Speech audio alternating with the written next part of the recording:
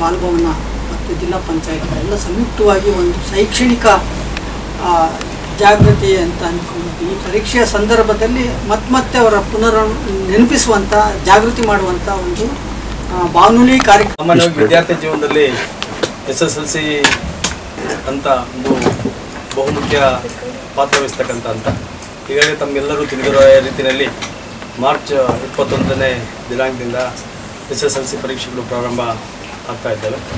ಇದಕ್ಕೆ ಪೂರಕವಾಗಿ ಈಗಾಗಲೇ ಪೂರ್ವ ಸಿದ್ಧತಾ ಪರೀಕ್ಷೆಗಳು ಹಿಡಿತಾ ಇದ್ದಾವೆ. ನನಗೆ 4/3/25ಕ್ಕೆ ಪೂರ್ವ ಸಿದ್ಧತಾ ಪರೀಕ್ಷೆ ಮುಕ್ತಾಯ ಆಗಿದೆ. ಈ ನಿಟ್ಟಿನಲ್ಲಿ ಉಳಿದಿರ್ತಕ್ಕಂಥ 15 ದಿನಗಳಲ್ಲಿ ಮಕ್ಕಳಿಗೆ ಅಗತ್ಯ ಮಾಹಿತಿಯನ್ನು ಕೊಟ್ಟು ಅವರು ಮುಂಬರುವ ಪರೀಕ್ಷೆಯಲ್ಲಿ ಉತ್ತಮ ಫಲಿತಾಂಶವನ್ನು ನೀಡುವ ನಿಟ್ಟಿನಲ್ಲಿ ನಮ್ಮ ಸಂಪನ್ಮೂಲ ವ್ಯಕ್ತಿಗಳಿಂದ ಅವರ ಸಮಸ್ಯೆಗಳಿಗೆ ಈಗಾಗಲೇ ಸಾಮಾನ್ಯವಾಗಿ ಈಗ ನಮ್ಮ ಇದರಲ್ಲೇ ಮಕ್ಕಳ ಪರೀಕ್ಷೆಗೆ ಸಿದ್ಧರಾಗಿ ಅಂತೇಳಿ ಸಾಮಾನ್ಯವಾಗಿ ಈಗ ಆಲ್ರೆಡಿ ನಾವೆಲ್ಲರೂ ವಿದ್ಯಾರ್ಥಿಗಳು ಪರೀಕ್ಷೆಗೆ ಸಿದ್ಧತೆಯನ್ನು ಮಾಡಿಕೊಂಡಿದ್ದಾರೆ. ಇನ್ನು ಉಳಿದ 15 ದಿನಗಳಲ್ಲಿ ಅವ್ರಿಗೇನಾದರೂ ಸಮಸ್ಯೆಗಳಿದೆ, ಯಾವುದೇ ವಿಷಯಕ್ಕೆ ಸಂಬಂಧಪಟ್ಟ ಸಮಸ್ಯೆಗಳಿದ್ದರೆ ಸಮಸ್ಯೆಗಳನ್ನು ಪರಿಹರಿಸಿಕೊಂಡು ತುಂಬ ಮುಕ್ತವಾಗಿ ಭಯರಹಿತವಾಗಿ ಪರೀಕ್ಷೆಯನ್ನು ಎದುರಿಸಿ ಉತ್ತಮ ಫಲಿತಾಂಶವನ್ನು ತರೋ ನಿಟ್ಟಿನಲ್ಲಿ ಒಂದು ಕಾರ್ಯಕ್ರಮವನ್ನು ಹಮ್ಮಿಕೊಂಡಿದ್ದೇವೆ.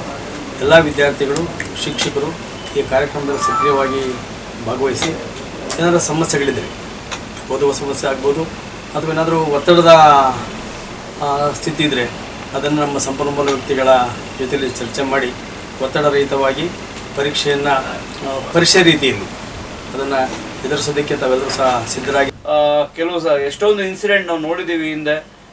SLC ಎಕ್ಸಾಮ್ ರಿಸಲ್ಟ್ ಬಂದಾಗಿರ್ಬೋದು ಅಥವಾ ಎಕ್ಸಾಮ್ ಟೈಮ್ನಲ್ಲಿ ಅದಕ್ಕೆ ಎದುರ್ಕೊಂಡು ಪ್ರಾಣವನ್ನು ತ್ಯಜಿಸುವಂಥದ್ದು ಈ ಥರದ್ದೆಲ್ಲ ಮಾಡ್ತಾರೆ. ಆ ಥರ ಮಾಡೋಕ್ಕೆ ಹೋಗಬೇಡಿ. ಅದಕ್ಕಿಂತ ಜೀವನದ ಪಾಠ ತುಂಬ ದೊಡ್ಡದಾಗಿದೆ. ಸಾಧನೆ ಮಾಡಿರೋರು ಓದಿಲ್ದೇದವರು ಸಾಧನೆ ಮಾಡಿದ್ದಾರೆ. ಹಾಗಾಗಿ ಎಕ್ಸಾಮ್ ಆಗಲಿ ರಿಸಲ್ಟ್ಗಾಗಲಿ ಯಾರೂ ಕೂಡ ನೀವು ಹೆದರಬಾರ್ದು. ಧೈರ್ಯವಾಗಿ ಒಂದು ಎಕ್ಸಾಮ್ನ ಫೇಸ್ ಮಾಡಬೇಕು. ಜೊತೆಗೆ ಎಲ್ಲರೂ ಕೂಡ ನಮ್ಮ ತುಮಕೂರು ಜಿಲ್ಲೆಯ ಒಂದು ಏನು ಮಕ್ಕಳಿದ್ದೀರಾ, ಈ ಸಲ ನಮ್ಮ ಜಿಲ್ಲೆಗೆ ಉತ್ತಮವಾದ ಒಂದು ರಿಸಲ್ಟ್ನ ಕೊಡುವಂಥ ನಿಟ್ಟಿನಲ್ಲಿ ನೀವು ಶ್ರಮ. ಜಿಲ್ಲಾಡಳಿತ ಹಾಗೂ ಜಿಲ್ಲಾ ಪಂಚಾಯತ್ ತುಮಕೂರು, ಮಹಿಳಾ ಮತ್ತು ಮಕ್ಕಳ ಅಭಿವೃದ್ಧಿ ಇಲಾಖೆ, ಜಿಲ್ಲಾ ಬಾಲಭವನ ಸಮಿತಿ, ಶಾಲಾ ಶಿಕ್ಷಣ ಇಲಾಖೆ ಹಾಗೂ ಶ್ರೀ ಸಿದ್ಧಾರ್ಥ ಮಾಧ್ಯಮ ಅಧ್ಯಯನ ಕೇಂದ್ರ ಜೊತೆಗೆ ರೇಡಿಯೋ ಸಿದ್ಧಾರ್ಥ ಸಮುದಾಯ ಬಾನುಲಿ ಕೇಂದ್ರದ ಸಂಯುಕ್ತಾಶ್ರಯದಲ್ಲಿ ಇವತ್ತು SSLC ಮಕ್ಕಳೇ ಪರೀಕ್ಷೆಗೆ ಸಿದ್ಧರಾಗಿ ಎನ್ನುವ ಫೋನ್ ಇನ್ ಕಾರ್ಯಾಗಾರವನ್ನು ಹಮ್ಮಿಕೊಳ್ಳಲಾಗಿದೆ. ಕಾರ್ಯಕ್ರಮಕ್ಕೆ ಎಲ್ಲರಿಗೂ ಸ್ವಾಗತ ಕೋರ್ತಾ ಇದ್ದೀನಿ. ಕಾರ್ಯಕ್ರಮದಲ್ಲಿ ಇವತ್ತು ನಮ್ಮ ಸ್ಟುಡಿಯೋದಲ್ಲಿ ನಮ್ಮ ಜೊತೆಗೆ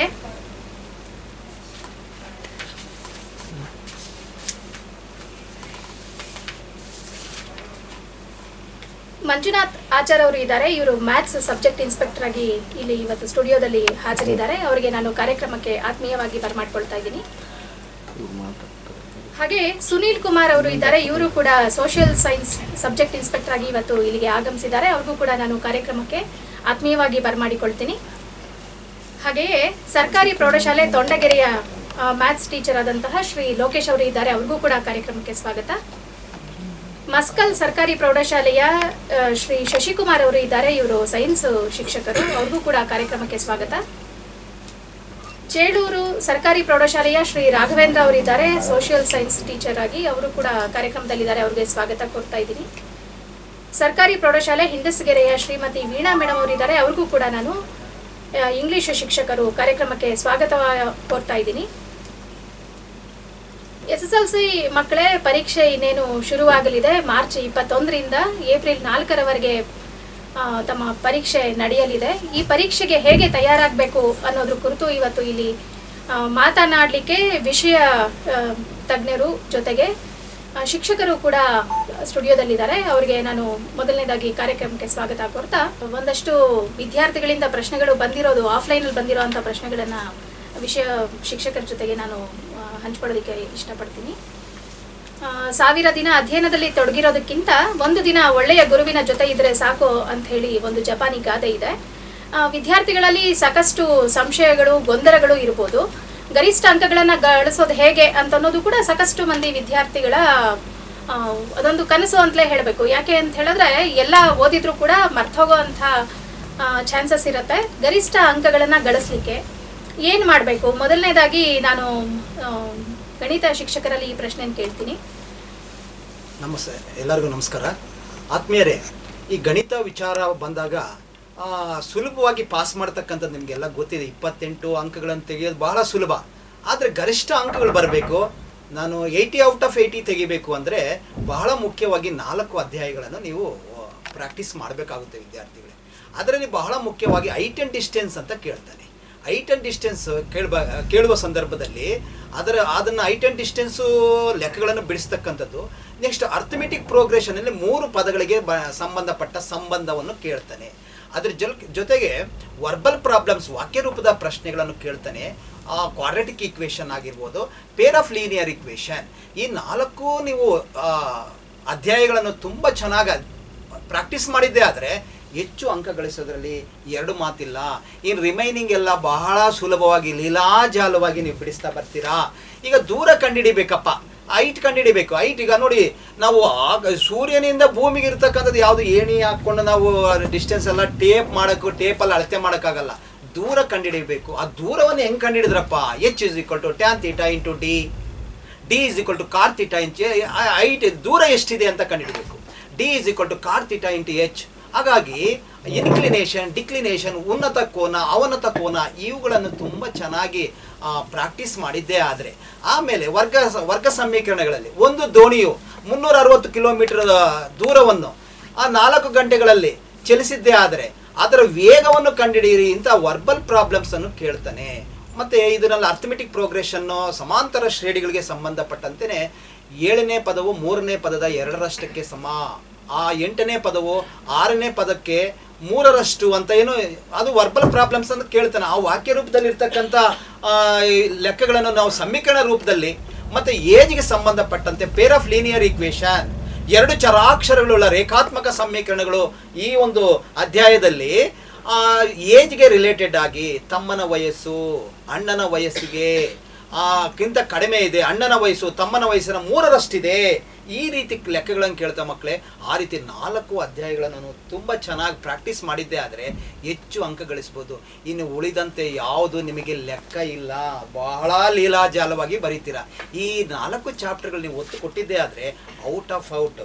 ಅದ್ರ ಜೊತೆಗೆ ಎಕ್ಸ್ಟರ್ನಲ್ ನೀವು ಇಂಟರ್ನಲ್ ಮಾರ್ಕ್ಸ್ ಆಲ್ರೆಡಿ ಕೊಟ್ಟಿರ್ತಾರೆ ಚೆನ್ನಾಗಿ ಓದಿದ್ದೇ ಆದರೆ. ಹಾಗಾಗಿ ಗಣಿತದಲ್ಲಿ ಜೀವನದಲ್ಲಿ ನೀವು 100 ಔಟ್ ಆಫ್ 100 ಬಂದಿದ್ದೆ ಆದರೆ ಜೀವನ ಸಾರ್ಥಕ. ನೀವು ಇರೋ ತನಕ ಭೂಮಿ ಮೇಲೆ 10th 100 out of 100 ತೆಗೆದೆ, 100 out of 100 ಅದು ನಿಮ್ಗೆ ಎಲ್ಲೋ ಒಂದು ಕಡೆ ಹುಮ್ಮಸ್ ಕೊಟ್ಟು ಜೀವನ ಸುಗಮವಾಗಲಿಕ್ಕೆ, ಜೀವನದಲ್ಲಿ ಏನೋ ಸಾಧನೆ ಮಾಡಲಿಕ್ಕೆ ಆಗುತ್ತೆ ಅನ್ನೋ ದೃಷ್ಟಿಯಿಂದ ಗಣಿತದಲ್ಲಿ ಔಟ್ ಆಫ್ ಔಟ್ ತೆಗೆಯೋಕ್ಕೆ ಭಾಳ ಸುಲಭದ ಮಾರ್ಗಗಳಿದ್ದಾವೆ. ಅದ್ರ ಜೊತೆಗೆ ಮಾದರಿ ಪ್ರಶ್ನೆ ಪತ್ರಿಕೆಗಳನ್ನು 4 ಕೊಟ್ಟಿದ್ದಾನೆ.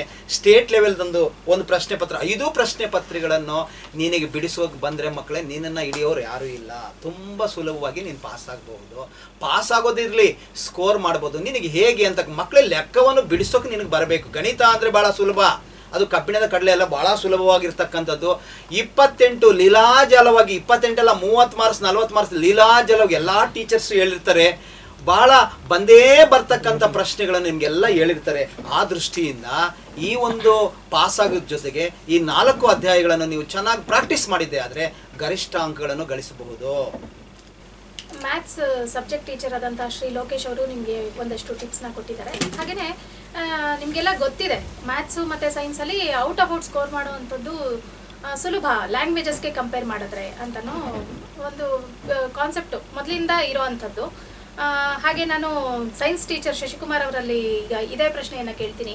ಗರಿಷ್ಠ ಅಂಕಗಳನ್ನು ಗಳಿಸ್ಬೇಕು ಅಂತ ಹೇಳಿದ್ರೆ ಈಗ ಮ್ಯಾಥ್ಸಲ್ಲಿ ಇದೊಂದಷ್ಟು ಟಿಪ್ಸು, ಹಾಗೆ ಸೈನ್ಸಲ್ಲಿ ಕೂಡ ಯಾವ ರೀತಿ ಗರಿಷ್ಠ ಅಂಕಗಳನ್ನು ಗಳಿಸ್ಕೋಬೋದು? ಎಲ್ರಿಗೂ ನಮಸ್ತೆ. ವಿದ್ಯಾರ್ಥಿಗಳೇ, ಮೊದಲಿಗೆ ವಿಜ್ಞಾನ ವಿಷಯದಲ್ಲಿ ಕನಿಷ್ಠ ಮತ್ತು ಗರಿಷ್ಠ ಅಂಕಗಳನ್ನು ಗಳಿಸೋದು ಹೇಗೆ ಅನ್ನೋದ್ರ ಬಗ್ಗೆ ಕೆಲವೊಂದು ಮಾಹಿತಿಗಳನ್ನು ನಾನು ನಿಮ್ಮ ಜೊತೆ ಹಂಚ್ಕೊಳ್ಳಿಕ್ಕೆ ಇಷ್ಟಪಡ್ತೇನೆ. ಇವತ್ತು ವಿದ್ಯಾರ್ಥಿಗಳು ಈಗಾಗಲೇ ನಿಮಗೆ 5 ಮಾದರಿ ಪ್ರಶ್ನೆ ಪತ್ರಿಕೆಗಳು ನಿಮ್ಮ ಕೈ ಸೇರಿದೆ. 4 ಮಾದರಿ ಪ್ರಶ್ನೆ ಪತ್ರಿಕೆ ಮತ್ತು 1 ರಾಜ್ಯ ಮಟ್ಟದ ಪೂರ್ವ ಸಿದ್ಧತಾ ಪರೀಕ್ಷೆ. ಮೊದಲಿಗೆ ಈ 4 ಪೂರ್ವಸಿದ್ಧತಾ ಪರೀಕ್ಷೆಗಳು ಮತ್ತು ರಾಜ್ಯ ಮಟ್ಟದ ಪೂರ್ವಸಿದ್ಧತಾ ಪರೀಕ್ಷೆ ಏನಿದೆ ಇದರಲ್ಲಿರ್ತಕ್ಕಂತಹ ಪ್ರಶ್ನೆಗಳನ್ನು ಅಧ್ಯಾಯವಾರು ಬರೆದಿಟ್ಕೋಬೇಕು. ಅಧ್ಯಾಯವಾರು ಬರೆದಿಟ್ಕೊಂಡು, ಯಾಕಂದರೆ ಪರೀಕ್ಷೆಯ ಇಂದಿನ ದಿನ ಒಂದು ಅಧ್ಯಾಯದ ಎಲ್ಲ ಅಂಶಗಳನ್ನು ನಾವು ಕವರ್ ಮಾಡಲಿಕ್ಕೆ ಆಗೋದಿಲ್ಲ. ಹಾಗಾಗಿ ಅಧ್ಯಾಯವಾರು ಇದರಲ್ಲಿ ಬಂದಿರತಕ್ಕಂಥ ಪ್ರಶ್ನೆಗಳು ಒಟ್ಟು ಇವಾಗ ನಿಮಗೆ 225 ಪ್ರಶ್ನೆಗಳು ನಿಮ್ಮ ಹತ್ರ ಇದೆ. 38 ಮುಖ್ಯ ಪ್ರಶ್ನೆಗಳು ಹಾಗೂ ಅದಕ್ಕೆ ಚಾಯ್ಸಸ್ 7 ಪ್ರಶ್ನೆ ಇರುತ್ತೆ ಪ್ರತಿ ಪ್ರಶ್ನೆ ಪತ್ರಿಕೆಯಲ್ಲಿ. ಒಂದು ಪ್ರಶ್ನೆ ಪತ್ರಿಕೆಯಿಂದ 45 ಪ್ರಶ್ನೆಗಳು ಸಿಗುತ್ತೆ. ಇದರಲ್ಲಿ 5 ಪ್ರಶ್ನೆ ಪತ್ರಿಕೆಯಿಂದ 225 ಪ್ರಶ್ನೆಗಳು ನಿಮ್ಮ ಹತ್ರ ಇದೆ. ಇವುಗಳನ್ನು ಅಧ್ಯಾಯವಾರು ಬರೆದಿಟ್ಕೊಳ್ಳಿ. ಒಂದು ಅದರಲ್ಲಿ ಕನಿಷ್ಠ ಅಂಕ ಗಳಿಸಬೇಕಾದ್ರೆ ಯಾವ್ಯಾವ ಚಿತ್ರಗಳು ಕೇಳಿದ್ದಾನೆ ನಮಗೆ ಗೊತ್ತಿದೆ. ಈಗಾಗಲೇ ಮಂಡಳಿಯಿಂದ 17 ಚಿತ್ರಗಳನ್ನು ಕೊಟ್ಟಿದ್ದಾನೆ. ಅದರಲ್ಲಿ 12 ಅಂಕಗಳಿಗೆ ಚಿತ್ರಗಳು ಖಂಡಿತವಾಗೂ ಬಂದೇ ಬರುತ್ತೆ ಅಂತ. ಹಾಗೆಯೇ ಸಮಸ್ಯೆ ಬಿಡಿಸುವಂತಹ ಪ್ರಶ್ನೆಗಳನ್ನು ಯಾವ್ಯಾವ ಸಮಸ್ಯೆಗಳನ್ನು ಕೇಳಿದ್ದಾನೆ ಈ ಪೂರ್ವಸಿದ್ಧತಾ ಪರೀಕ್ಷೆಯಲ್ಲಿ ಅವೆಲ್ಲ ಸೂತ್ರಗಳನ್ನ ಒಂದು ಕಡೆ ಬರೆದಿಟ್ಕೊಳ್ಳಿ. ಹಾಗೆ ಕಾರ್ಬನ್ ಸಂಯುಕ್ತಗಳು ಅದಕ್ಕೆ ಸಂಬಂಧಪಟ್ಟಂತೆ ತುಂಬ ಸುಲಭವಾಗಿ ಅಂಕ ಗಳಿಸ್ತಕ್ಕಂತಹ ಏರಿಯಾ ಅಂದರೆ ಅದು ಅವುಗಳ ಅಣುಸೂತ್ರ, ಕಾರ್ಬನ್ ಸಂಯುಕ್ತಗಳ ಅಣುಸೂತ್ರ, ರಚನಾ ವಿನ್ಯಾಸ, ಕ್ರಿಯಾ ಗುಂಪುಗಳ ಜೊತೆಯಲ್ಲಿ ಕಾರ್ಬನ್ ಸಂಯುಕ್ತಗಳನ್ನ ಹೆಸರಿಸುವ ಪದ್ಧತಿ, ಚುಕ್ಕಿ ರಚನೆ, ಇವುಗಳನ್ನು ನೀವು ಒಂದು ಕಡೆ ಬರೆದಿಟ್ಕೊಂಡು ಪ್ರಾಕ್ಟೀಸ್ ಮಾಡಿದ್ದೆ ಆದರೆ ಮಕ್ಕಳೇ ಕನಿಷ್ಠ ನಿಮಗೆ 4 ಅಂಕಗಳು ಬರುತ್ತೆ. ಹಾಗೆ ಆಮ್ಲಗಳು, ಪ್ರತ್ಯಾಮ್ಲಗಳು ಮತ್ತು ಲವಣಗಳು ಅಧ್ಯಾಯ, ಆಸಿಡ್ಸ್, ಬೇಸಸ್ ಅಂಡ್ ಸಾಲ್ಟ್ಸ್, ಈ ಅಧ್ಯಾಯದಲ್ಲಿ ನಿಮಗೆ ಕೊನೆಯದಲ್ಲಿ 4 ಲವಣಗಳನ್ನು ಮತ್ತು ಕಾರ್ಬನ್ ಸಂಯುಕ್ತಗಳಲ್ಲಿ 2 ಸಂಯುಕ್ತಗಳನ್ನು ನಿಮಗೆ ಏನು ಮಾಡ್ತಾ ಇದ್ದೀವಿ, ಉಪಯೋಗಗಳನ್ನು ಕೇಳ್ತಕ್ಕಂಥ ಪ್ರಶ್ನೆಗಳಿಗೆ. ಉದಾಹರಣೆಗೆ ಚೆಲುವೆ ಪುಡಿಯ ಉಪಯೋಗಗಳನ್ನು ತಿಳಿಸಿ, ಸೋಡಿಯಂ ಕಾರ್ಬೊನೇಟ್ನ ಉಪಯೋಗ ತಿಳಿಸಿ. ಇಲ್ಲಿ ಉಪಯೋಗದಿಂದ ಪ್ರಶ್ನೆ ಕೇಳ್ಬೋದು ಅಥವಾ ಪ್ರಶ್ನೆಯಲ್ಲಿ ಚೆಲುವೆ ಪುಡಿಯ ಉಪಯೋಗವನ್ನು ತಿಳಿಸಿ ಅಂತ ನೇರವಾಗಿ ಕೇಳ್ಬೋದು. ಈ ಥರದ ಅಂಶಗಳನ್ನು ಒಂದು ಕಡೆ ಬರೆದಿಟ್ಕೊಂಡ್ರೆ ಕನಿಷ್ಠವಾಗಿ 3 ಅಂಕಗಳು ಬರುತ್ತೆ. ಹೇಗೆ 3 ಅಂಕ? ಅವುಗಳ ಅಣುಸೂತ್ರ ಕಲ್ತಿರಬೇಕು, ತಯಾರಿಕೆ ಕಲ್ತಿರಬೇಕು, ಜೊತೆಗೆ ಪ್ರತಿಯೊಂದು ಲವಣಕ್ಕೆ 2 ಉಪಯೋಗ ಕಲಿಬೇಕು. ಹಾಗೆಯೇ ನಾವು ಜೀವಕ್ರಿಯೆಗಳು ಪಾಠಕ್ಕೆ ಬಂದರೆ ಫೋಟೋಸಿಂಥಸಿಸ್ ಇದೆ, ದ್ಯುತಿ ಸಂಶ್ಲೇಷಣೆ ಕ್ರಿಯೆಯ ನಡೆಯುವಂಥ ಹಂತಗಳು. ಇದು ಸಾಮಾನ್ಯವಾಗಿ ನೀವು ಮರೆತು ಬಿಡ್ತೀರಿ, ಯಾಕೆಂದರೆ ಮುಂದೆ ರಕ್ತ ಪರಿಚಲನೆ ಮತ್ತು ವಿಸರ್ಜನಾ ಕ್ರಿಯೆಯಲ್ಲಿರ್ತಕ್ಕಂಥ ಕೆಲವು ಅಂಶಗಳನ್ನ ಕಲಿತೀರಿ. ಹಾಗೆ ಪೋಷಣೆಯಲ್ಲಿ ದ್ಯುತಿ ಸಂಶ್ಲೇಷಣೆ ಕ್ರಿಯೆಯಲ್ಲಿ ನಡೆಯುವಂತಹ ಕ್ರಿಯೆಗಳನ್ನು ಸಂಪೂರ್ಣವಾಗಿ ಸಮೀಕರಣದ ರೂಪದಲ್ಲಿ ನೀವು ಅಧ್ಯಯನ ಮಾಡಿದ್ರೆ ಖಂಡಿತವಾಗ್ಲೂ 2 ರಿಂದ 3 ಅಂಕ ಬರುತ್ತೆ. ಹೀಗೆ ನಿಯಮಗಳು, ಅಂತಾರಾಷ್ಟ್ರೀಯ ಏಕಮಾನಗಳು ಮತ್ತು ಪ್ರಮುಖ ವ್ಯತ್ಯಾಸಗಳು ಇವುಗಳನ್ನು ಅಧ್ಯಾಯವಾರು ಬರೆದಿಟ್ಕೊಂಡಿದೆ ಆದರೆ ಖಂಡಿತವಾಗಿಯೂ 50 ರಿಂದ 60 ಅಂಕಗಳನ್ನು ನೀವು ಮಾದರಿ ಪ್ರಶ್ನೆ ಪತ್ರಿಕೆಯಿಂದನೇ ಪಡ್ಕೋಬೋದು. ಇನ್ನು ಹೆಚ್ಚು ಅಂಕ ಗಳಿಸಬೇಕು ಅಂದರೆ ಏನು ಮಾಡಬೇಕು ಮಕ್ಕಳೇ? ಹೆಚ್ಚು ಅಂಕ ಗಳಿಸೋದಕ್ಕೆ ಈಗಾಗಲೇ ಜೂನಿಂದ ನೀವು ತಯಾರಿ ಮಾಡ್ಕೊಂಡಿರ್ತೀರಿ.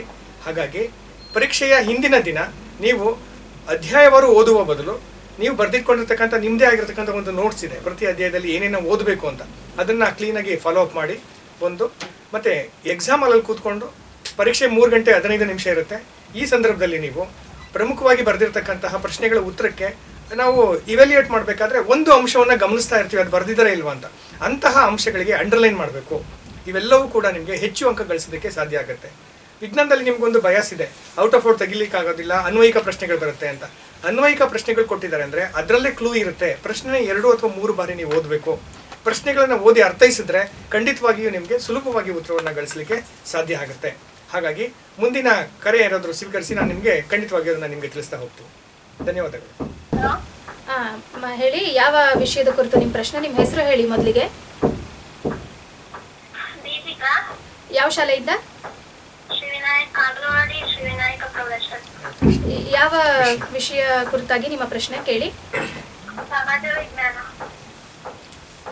ಹೇಳಪ್ಪ, ನಿಮ್ಮ ಪ್ರಶ್ನೆ ಏನಮ್ಮ? ಸಮಾಜ ವಿಜ್ಞಾನದಲ್ಲಿ ಅಪ್ಲೈಯಬಲ್ ಕ್ವಶನ್ ಕೇಳಿದಾರಲ್ಲ, ನಮಗೆ ಓದ್ಕೊಳ್ಳೋಕೆ ಕ್ವಶನ್ ಆದವಷ್ಟಲ್ಲೇ ಟೈಮ್ ವೇಸ್ಟ್ ಆಗುತ್ತೆ, ಏನ್ ಮಾಡ್ಬೇಕು? ನಿಮಗೆ ಕ್ವಶನ್ ಪೇಪರ್ ನೀವು ಎಕ್ಸಾಮ್ ಅಲ್ಲಿ ಹೋಗಿದ ತಕ್ಷಣ 3 ಅವರ್ ಬರೀಲಿಕ್ಕೆ ಕೊಡ್ತಾರೆ, ಇನ್ನು 15 ನಿಮಿಷ ಪ್ರಶ್ನೆ ಓದ್ಲಿಕ್ಕಿರುತ್ತೆ. ನಮ್ಮ ಸೋಷಿಯಲ್ ಸೈನ್ಸಲ್ಲಿ ನೀನು ಪ್ರಶ್ನೆಗಳನ್ನ ಓದೋವಾಗ ನಮ್ಮಲ್ಲಿ ಅಪ್ಲೈಯಬಲ್ ಅಂದ್ರೆ ಹೇಳಪ್ಪ. ಅಪ್ಲೈಯಬಲ್ ಕ್ವಶನ್ ಜಾಸ್ತಿ ಬರ್ತಾವಲ್ಲ, ಅದ್ರ ಬದಲು ಡೈರೆಕ್ಟ್ ಕ್ವಶನ್ ಕೇಳ್ಬೋದಲ್ಲ. ನಮ್ಮಲ್ಲಿ 4 ಮಾರ್ಕ್ಸಿಗೆ ಅಷ್ಟೊಂದು ಅಪ್ಲೈಯಬಲ್ ಕ್ವಶನ್ಸ್ ಯಾವುದೂ ಇರಲ್ಲ, ನೇರವಾಗಿ ಇರ್ತಾವ ಪ್ರಶ್ನೆ. ಆ ಪ್ರಶ್ನೆಗಳಿಗೆ ಉದಾಹರಣೆಗೆ ತಗೊಂಡ್ರೆ, ಈಗ ನೀನು ನಿನ್ನೆ ಎಕ್ಸಾಮ್ ಬರೆದಿದೆಯಾ, ನಿನ್ನೆ ಬರೆದಿರ್ತಕ್ಕಂಥ ಪ್ರಶ್ನೆ ಪತ್ರಿಕೆಯಲ್ಲಿ 1857ರ ಸ್ವತಂತ್ರ ಸಂಗ್ರಾಮ ಭಾರತೀಯರಲ್ಲಿ ಹೆಚ್ಚು ಪುಷ್ಟಿಯನ್ನು ನೀಡಿತು ಏಕೆ ಅಂತ ಒಂದು ಪ್ರಶ್ನೆ ಇತ್ತು. ನೋಡಿರ್ಬೋದು ನೀವು. ಈಗ ಅದು ನೋಡಿದಾಗ ಸ್ವಲ್ಪ ನಿನ್ಗೆ ಅಪ್ಲೈ ಅನ್ನಿಸ್ಬೋದು, ಬಟ್ ಅಲ್ಲಿ ಪ್ರಶ್ನೆ ಅರ್ಥ ಮಾಡ್ಕೊಂಡಾಗ ಅಂದರೆ 1857ರ ಸ್ವತಂತ್ರ ಸಂಗ್ರಾಮ ಭಾರತೀಯರಿಗೆ ಪುಷ್ಟಿ ಕೊಡ್ತು ಯಾಕೆ ಅಂದರೆ ಅದರ ಪರಿಣಾಮಗಳನ್ನು ಬರಿಬೇಕು ನಾವು. ಈಗ ಪರಿಣಾಮ ಬರೆದಾಗ ಈ ಎಲ್ಲ ಪರಿಣಾಮಗಳಿಂದ ಮುಂದೆ ನಮಗೆ ಹೋರಾಟಕ್ಕೆ ಅವಕಾಶ ಸಿಕ್ತು. ನೀನು ಆನ್ಸರ್ನ ಓದೋವಾಗಲೇ ಈಗ ನಮ್ಗೆ ಅದ್ರಲ್ಲಿ ಏನಿರುತ್ತೆ ಅಂದರೆ ಕಡಿಮೆ ಆಗುತ್ತೆ? ಅಲ್ಲಮ್ಮ, ಪ್ರಶ್ನೆ ಪತ್ರಿಕೆನ ತಯಾರು ಮಾಡುವಾಗ ಜ್ಞಾನ, ತಿಳುವಳಿಕೆ, ಅನ್ವಯ ಅಂತ ನಮಗೆ ಉದ್ದೇಶಗಳಿರ್ತವೆ. ಆ ಉದ್ದೇಶಗಳ ಪ್ರಕಾರವಾಗಿ ಪ್ರಶ್ನೆ ಪತ್ರಿಕೆಯನ್ನು ಅವರು ರಚನೆ ಮಾಡ್ತಕ್ಕಂಥದ್ದು. ಎಲ್ಲ ಪ್ರಶ್ನೆಗಳು ನೇರವಾಗಿರಲ್ಲ. ನಮ್ಗೆ ಅದರಲ್ಲಿ 30% ಆ ಒಂದು ವೇಟೇಜನ್ನು ಕೊಟ್ಟಿರ್ತಾರೆ. ಹಾಗಾಗಿ ನಿನಗೆ ಕಾನ್ಸೆಪ್ಟ್ ಗೊತ್ತಾದರೆ ನೀನು ಪ್ರಶ್ನೆ ಹೇಗೆ ಕೇಳಿದ್ರು ಅದಕ್ಕೆ ಉತ್ತರವನ್ನು ಬರಿಬೋದು. ಈಗ ನಿಮಗೆ ಪರೀಕ್ಷೆಯನ್ನು 3.25 ಗಂಟೆ ಇರುತ್ತೆ ಸೋಷಿಯಲ್ ಸೈನ್ಸು. ಈಗ ಹಿಂದೆ ಏನು ಮಾಡಿದ್ರು 3 ಗಂಟೆ ಇತ್ತು. ಈಗ 1/4 ಗಂಟೆ 15 ನಿಮಿಷಗಳು ಪರೀಕ್ಷಾ ಅವಧಿಯನ್ನು ಹೆಚ್ಚು ಮಾಡಿದ್ದಾರೆ 2 ವರ್ಷದಿಂದ. ಯಾಕೆಂದರೆ ಮಗು ಮೊದಲು ಪ್ರಶ್ನೆ ಪತ್ರಿಕೆಯನ್ನು 1 ಸಲ ಅಥವಾ 2 ಸಲ ಓದ್ಕೊಂಡು ಮೊದಲು ಪ್ರಶ್ನೆ ಪತ್ರಿಕೆಯನ್ನು ಅರ್ಥ ಮಾಡಿಕೊಂಡು ಆಮೇಲೆ ಉತ್ತರವನ್ನು ಬರೆಯೋದಕ್ಕೆ ಪ್ರಾರಂಭಿಸಲಿ ಅನ್ನುವಂಥ ಉದ್ದೇಶದಿಂದ 15 ನಿಮಿಷ ಸಮಯವನ್ನು ಹೆಚ್ಚು ಮಾಡಿದ್ದಾರೆ. ಅರ್ಥ ಆಯ್ತು ನಿಮ್ಮ? ಅದರಿಂದ ಫಸ್ಟು ನೀವು ಪರೀಕ್ಷೆಗೆ ನಮ್ಮ ಶಾಲೆಯಲ್ಲಿ ಕನ್ಫ್ಯೂಸ್ ಆಗ್ತದೆ ಕ್ವಶನ್ ಇಂದ, ಅದಕ್ಕೆ ಕೇಳಿ. ಇಲ್ಲ, ಅದಕ್ಕೆ ಕನ್ಫ್ಯೂಸ್ ಮಾಡ್ಕೋಬೇಡಿ. ಫಸ್ಟು ಸಮಾಧಾನವಾಗಿ 2 ನಿಮಿಷ ಸಮಾಧಾನವಾಗಿ ಕೂತ್ಕೊಂಡು ಪರೀಕ್ಷೆ ಕೇಂದ್ರದಲ್ಲಿ ಪ್ರಶ್ನೆ ಪತ್ರಿಕೆಯನ್ನು 1 ಸಲ ಅಥವಾ 2 ಸಲ ಓದ್ಕೊಳ್ಳಿ ಚೆನ್ನಾಗಿ. ಅರ್ಥ ಆಯ್ತಾ? ಓದ್ಕೊಂಡು ನಿಮಗೆ ಯಾವುದು ಪ್ರಶ್ನೆ ಮೊದಲು 100ಕ್ಕೆ 100 ಈ ಪ್ರಶ್ನೆಗೆ ಉತ್ತರವನ್ನು ಬರಿತೀನಿ ಅನ್ನೋದು ನಿಮಗೆ ಕಾನ್ಫಿಡೆನ್ಸ್ ಇರುತ್ತೋ ಆ ಪ್ರಶ್ನೆಗಳನ್ನು ಮೊದಲು, ಅದು ಸೀರಿಯಲ್ ನಂಬರ್ ಯಾವ್ದಾರು ಆಗಿರಲಿ, ಸೀರಿಯಲ್ ನಂಬರ್ 1, 2 ಆ ಪ್ರಕಾರನೇ ಪರೀಕ್ಷೆಯನ್ನು ಬರೀಬೇಕು. ಹೌದು, ಬಹುತೇಕ ನೇರ ಪ್ರಶ್ನೆಗಳನ್ನ ಕೇಳೋದಕ್ಕೆ ಪ್ರಯತ್ನ ಪಡ್ತಾ ಇದ್ದಾರೆ. ಆದ್ರೆ ವಿಷಯ ನೀವು ವಿದ್ಯಾರ್ಥಿಗಳು ಯಾವ ರೀತಿ ಅರ್ಥ ಮಾಡ್ಕೊಂಡಿದ್ದಾರೆ ಅನ್ನೋ ಉದ್ದೇಶದಿಂದ 1 ಅಥವಾ 2 ಅನ್ವಯಿಕ ಪ್ರಶ್ನೆಗಳು ಇರ್ತವೆ. ಎಲ್ಲಾ ಪರೀಕ್ಷೆಗಳು ಎಲ್ಲಾ ವಿಷಯದಲ್ಲೂ ಇರ್ತವೆ. ಅದರಿಂದ ನೀವು ಪ್ರಶ್ನೆಯನ್ನ ಮೊದಲು ಅರ್ಥ ಮಾಡಿಕೊಂಡು ಪರಿಕಲ್ಪನೆಯನ್ನ ಏನು ಪಾಠವನ್ನ ಯಾವ ಪಾಠದ ಪರಿಕಲ್ಪನೆಯನ್ನು ಅರ್ಥ ಮಾಡಿಕೊಂಡು ಬರೆಯೋದಕ್ಕೆ ಪ್ರಯತ್ನ ಪಡಬೇಕು. ಸಾಕಷ್ಟು ಸಮಯಾವಕಾಶ ಇರುತ್ತೆ. ನಿಧಾನವಾಗಿ ಪ್ರಶ್ನೆಗಳನ್ನು ಓದ್ಕೊಂಡು ಉತ್ತರವನ್ನು ಮನನ ಮಾಡ್ಕೊಂಡು ಬರೆಯೋದಕ್ಕೆ ಪ್ರಯತ್ನ. ಗಣಿತ ಮತ್ತು ವಿಜ್ಞಾನದ ಜೊತೆಗೆ SLC ವಿದ್ಯಾರ್ಥಿಗಳಿಗೆ ಕಷ್ಟ ಅನಿಸುವಂತಹ ಇನ್ನೊಂದು ವಿಷಯ ಅಂತ ಹೇಳಿದ್ರೆ ಅದು ಇಂಗ್ಲೀಷು. ಹಾಗಾಗಿ ಗರಿಷ್ಠ ಅಂಕಗಳನ್ನು ಗಳಿಸಲಿಕ್ಕೆ ಇಂಗ್ಲೀಷ್ ವಿಷಯದಲ್ಲಿ ಯಾವ ರೀತಿ ಸಿದ್ಧತೆಗಳನ್ನು ಮಾಡ್ಕೊಳ್ಬೇಕು ಅಂತ ಹೇಳಿ ನಾನು ಶ್ರೀಮತಿ ವೀಣಾ ಮೇಡಮ್ ಅಲ್ಲಿ ಕೇಳ್ತೀನಿ. ನಮಸ್ತೆ ಎಲ್ರಿಗೂ.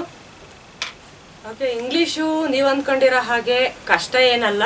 ಅದನ್ನು ಬೇರೆ ಲ್ಯಾಂಗ್ವೇಜ್ ಅಂತ ಅಂದ್ಕೊಂಡು ನಾವು ಕಷ್ಟ SLCಗೆ ಅಷ್ಟೇ ಬಂದರೆ ಅದು ಕಷ್ಟ ಆಗುತ್ತೆ. ನಾವು ಮೊದಲಿಂದನೂ ಓದ್ಕೊಂಡು ಬಂದಿರೋದ್ರಿಂದ, ಈಗ ಫಸ್ಟ್ ಸ್ಟ್ಯಾಂಡರ್ಡಿಂದನೂ ಇರೋದ್ರಿಂದ ಕಷ್ಟ ಖಂಡಿತ ಅಲ್ಲ.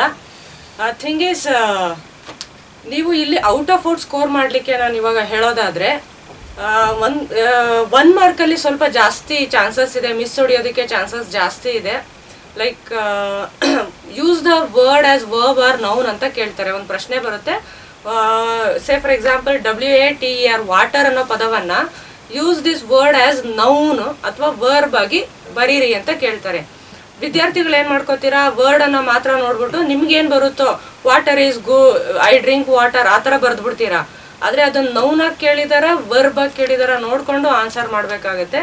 ಅದನ್ನು ಬಿಟ್ಟರೆ ಇನ್ನೊಂದು ಲಾಸ್ಟ್ ಟೈಮ್ ನಾನು ವ್ಯಾಲ್ಯೂಯೇಷನ್ ಮಾಡುವಾಗ ಒಂದು ಪದ PLAY ಪ್ಲೇ ಅಂತ ಇತ್ತು.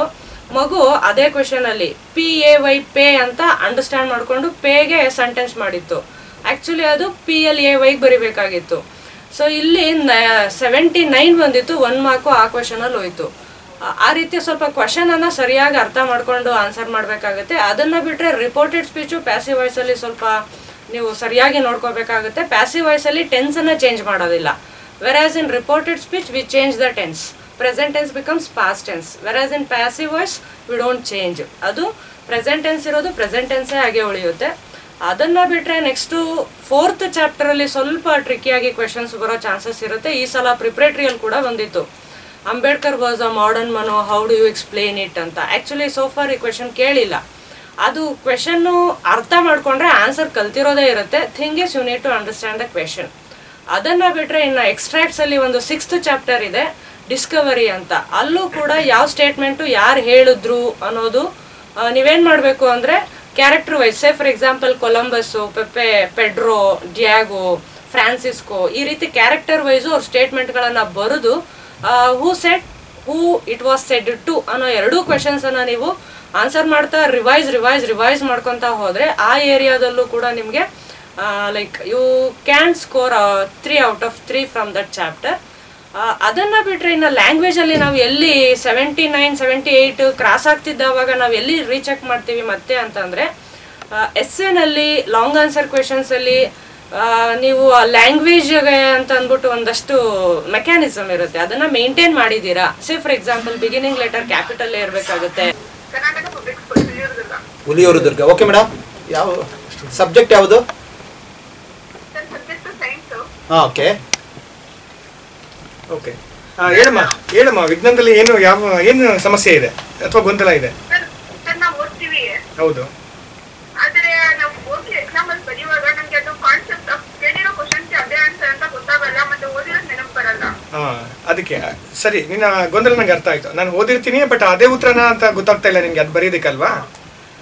ಸೊ ಹಾಗಾಗಿ ಈಗಾಗಲೇ ನಾನು ಮೊದಲು ಹೇಳಿದ ಹಾಗೆ ಮಾದರಿ ಪ್ರಶ್ನೆ ಪತ್ರಿಕೆಗಳಲ್ಲಿ ಆ ಒಂದು ಪರಿಕಲ್ಪನೆ ಬಗ್ಗೆ ಯಾವ ರೀತಿಯಾಗಿರ್ತಕ್ಕಂಥ ಪ್ರಶ್ನೆಗಳನ್ನ ಕೇಳಿದ್ದಾರೆ ಅಂದ್ರೆ ಒಂದೇ ಉತ್ತರಕ್ಕೆ ಬೇರೆ ಬೇರೆ ರೀತಿಯಾಗಿರ್ತಕ್ಕಂಥ ಪ್ರಶ್ನೆಗಳಿರುತ್ತೆ. ಉದಾಹರಣೆಗೆ how is father is responsible for sex determination in child ಅಂತ ಕೇಳ್ತೀವಿ. ಆ ಥರ ಅದೇ ಒಂದೇ ಉತ್ತರಕ್ಕೆ ಬೇರೆ ಬೇರೆ ರೀತಿಯಾಗಿರ್ತಕ್ಕಂಥ ಪ್ರಶ್ನೆಗಳನ್ನ ಕೇಳ್ತೀವಿ. ನೀವೇನು ಮಾಡಬೇಕು, ಮಾದರಿ ಪ್ರಶ್ನೆ ಪತ್ರಿಕೆಯಲ್ಲಿರ್ತಕ್ಕಂತಹ ಒಂದೇ ಪರಿಕಲ್ಪನೆಯ ಎಲ್ಲ ಪ್ರಶ್ನೆಗಳನ್ನು ಒಂದ್ ಕಡೆ ಬರ್ಕೊಂಡು ಈ ಯಾವುದೇ ಪ್ರಶ್ನೆ ಬಂದ್ರೂ ಇದೇ ಉತ್ತರ ಅನ್ನೋದನ್ನ ಕನ್ಫರ್ಮ್ ಮಾಡ್ಕೋಬೇಕು. ಈಗಾಗಲೇ ನಮ್ಮ ಗಣಿತ ಪರೀಕ್ಷಕರು ಹೇಳಿದ್ರು ನಿಮ್ಗೆ ಆತ್ಮವಿಶ್ವಾಸದ ಕೊರತೆ ಯಾಕೆ ಉಂಟಾಗುತ್ತೆ ಅಂತಂದ್ರೆ ನಿಮ್ಮಲ್ಲಿ ಅಭ್ಯಾಸದ ಕೊರತೆ ಇರುತ್ತೆ. ಜೊತೆಗೆ ಅಭ್ಯಾಸ ಮಾಡುವಾಗ ಯಾವ ರೀತಿ ಅಭ್ಯಾಸ ಮಾಡಬೇಕು ಅಂತ ಒಂಚೂರು ನೀವು ತಿಳ್ಕೊಂಡ್ಬಿಟ್ರೆ ಸೊ ಯಾವುದೇ ರೀತಿಯಾಗಿರ್ತಕ್ಕಂತಹ ಗೊಂದಲ ಆಗೋದಿಲ್ಲ. ಎಸ್ಪೆಷಲಿ ನಿಮಗೆ ಎಲ್ಲಿ ಗೊಂದಲ ಆಗುತ್ತೆ ಅಂದ್ರೆ ಆನುವಂಶೀಯತೆ ಪಾಠವನ್ನ ಅಥವಾ ಹೆರಿಡಿಟಿ ಅಂತ ಏನ್ ಕರಿತೀವಿ ಅಲ್ಲಿ ಗೊಂದಲ ಆಗುತ್ತೆ. ಅಲ್ಲಿ ನಾವು ಕ್ರಾಸಿಂಗ್ ಓವರ್ ಹೇಳ್ಕೊಟ್ಟಿರ್ತೀವಿ. ಇಲ್ಲಿ ಪೇರೆಂಟ್ ಕ್ಯಾರೆಕ್ಟರ್ಸ್ನ ಮತ್ತೆ ಅಲ್ಲಿ ರಿಸೆಸಿವ್ ಮತ್ತೆ ಡಾಮಿನೆಂಟ್ ಕ್ಯಾರೆಕ್ಟರ್ ತಗೊಂಡಾಗ ಬೇರೆ ಬೇರೆ ಕೇಳಿರ್ತಾರೆ, ಇದು ಹೇಳೇ ಕೊಟ್ಟಿಲ್ಲ ಅಂತ ಅನ್ಕೊಂಡ್ಬಿಡ್ತೀರಿ. ಬಟ್ ಹೇಳ್ಕೊಡೋದಲ್ಲ, ಅಲ್ಲಿ ಟ್ರೈಡ್ಸ್ ಅನ್ನ ಕರೆಕ್ಟಾಗಿ ಬರೆಯೋದು ಕಲ್ತ್ಕೊಂಡ್ರೆ ನಿಮ್ಗೆ ತುಂಬಾ ಈಸಿ ಆಗುತ್ತೆ, ಸುಲಭ ಆಗುತ್ತೆ. ಮತ್ತೆ ಬೇರೆ ಏನಾದ್ರು ಪ್ರಶ್ನೆ? ಏನ್ ಕಷ್ಟ ಆಗ್ತಾ ಇದೆ ಮ್ಯಾಥಮೆಟಿಕ್ಸ್?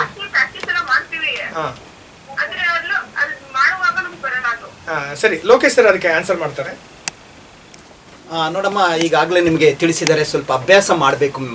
ಮ್ಯಾಥಮೆಟಿಕ್ಸು ನೀವೇನು ಕಂಠಪಾಠ ಮಾಡೋಕ್ಕೆ ಸಾಧ್ಯ ಇಲ್ಲ. ನೀವು ಪ್ರಯತ್ನ ಮಾಡಿ ಡೈಲಿ ಲೆಕ್ಕಗಳನ್ನು ಬಿಡಿಸ್ತಾ ಇರಬೇಕಾಗುತ್ತೆ. ಅದ್ರ ಜೊತೆಗೆ ಈ ಫಾರ್ಮುಲಾಗಳನ್ನು ಹಾಕಬೇಕು. ಅವರೇ ಲೆಕ್ಕದಲ್ಲಿ ಕೊಟ್ಟಿರ್ತಾರೆ, ಡಾಟಾ ಕೊಟ್ಟಿರ್ತಾರೆ, ಅವರು ದತ್ತಾಂಶಗಳನ್ನು ಕೊಟ್ಟಿರ್ತಾರೆ. ನೀವು ಸೂತ್ರ ಬಳಸಿ ಅದಕ್ಕೆ ದತ್ತಾಂಶಗಳನ್ನು ಫಿಲಪ್ ಮಾಡ್ತಾ ಹೋಗಿ ಅದನ್ನು ಸರಳವಾಗಿ ಬಿಡಿಸ್ತಾ ಹೋದಾಗ ನೀನು ಏನು ಮಾಡಬೇಕಪ್ಪ ಅಂತ, ನಿಮ್ಮ ಮ್ಯಾಥಮೆಟಿಕ್ಸ್ ಭಾಳ ಸುಲಭ ಆಗಬೇಕಂದ್ರೆ ಸಿಂಪಲ್ ಆಗಿರ್ತಕ್ಕಂಥ ಪ್ರಶ್ನೆಗಳು ನೀನೇ ಉತ್ತರ ಮಾಡೋಕ್ಕಂಥದ್ದು ಏನಾದರೂ ಬಂತಪ್ಪ ಅಂದರೆ ತುಂಬ ನಿನಗೆ ಏನೋ ನಿನ್ನಲ್ಲೇ ಕಾನ್ಫಿಡೆನ್ಸ್ ಬೆಳೆಯುತ್ತೆ. ಒಂದು ಲೆಕ್ಕ ಹಾಕ್ಕೊಳಮ್ಮ, ಲೆಕ್ಕ ಹಾಕ್ಕೊಂಡು ಅದಕ್ಕೆ ಸರಳವಾಗಿ ನೀನೇ ಬಿಡಿಸ್ತಾ ಹೋಗು ಸ್ಟೆಪ್ ಹಂತವಾಗಿ. ಕೊನೆಗೆ ಉತ್ತರ ನೋಡು, ಆ ಉತ್ತರ ಕರೆಕ್ಟ್ ಬಂತಪ್ಪ ಅಂದರೆ ನಿನಗೆ ಎಷ್ಟು ಖುಷಿ ಆಗುತ್ತೋ ಹೇಳಲಿಕ್ಕೆ ಸಾಧ್ಯ ಇಲ್ಲ. ಹಾಗಾಗಿ ನೀನು ಅಭ್ಯಾಸದ ಮೂಲಕ ಇದನ್ನು ಗೆಲ್ಬೋದೇ ಹೊರತು ನೀನು ಸುಮ್ಮನೆ ಈ ಕಂಠಪಾಠ ಮಾಡೋದು ಏನೋ ಬರುತ್ತೆ ಅಂತ ಬಿಡೋದು, ಅದಕ್ಕೆ ಡೈಲಿ ಪ್ರಾಕ್ಟೀಸ್ ಇರಬೇಕು. ಈ ಡೈಲಿ ಪ್ರಾಕ್ಟೀಸಿಂದ ನೀ ಸಕ್ಸಸ್ ಆಗ್ತಿ ಕಣಮ್ಮ.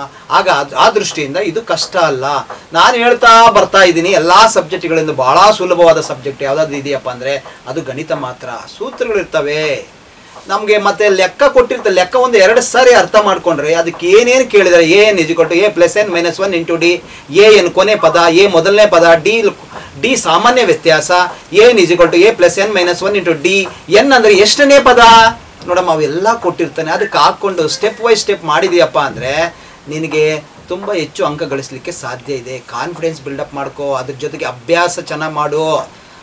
ನಾನು ಪಾಸ್ ಆಗೇ ಆಗ್ತೀನಿ ಎವ್ರಿ ಡೇ ಅಂದ್ಕೋಬೇಕಂತೆ. ನೀನು ಏನನ್ನು ಅಂದ್ಕೊಳ್ತೀವಿ ಅದರಂತೆ ನೀನು ಆಗುವೆ ಅಂತ ಒಂದಿದೆ. ನೀನು ಅಂದ್ಕೊಳ್ತಾ ಇರಬೇಕು, ನಾನು ಪಾಸ್ ಆಗ್ತೀನಿ, ರ್ಯಾಂಕ್ ಬರ್ತೀನಿ, ನಾನೇ ಸ್ಟೇಟ್ ರ್ಯಾಂಕ್, ನಾನೇ ಫಸ್ಟು, ಈಗ ಅಂದ್ಕೊಂಡು ನೀನು ಅಭ್ಯಾಸ ಮಾಡಿದ್ರೆ you get success.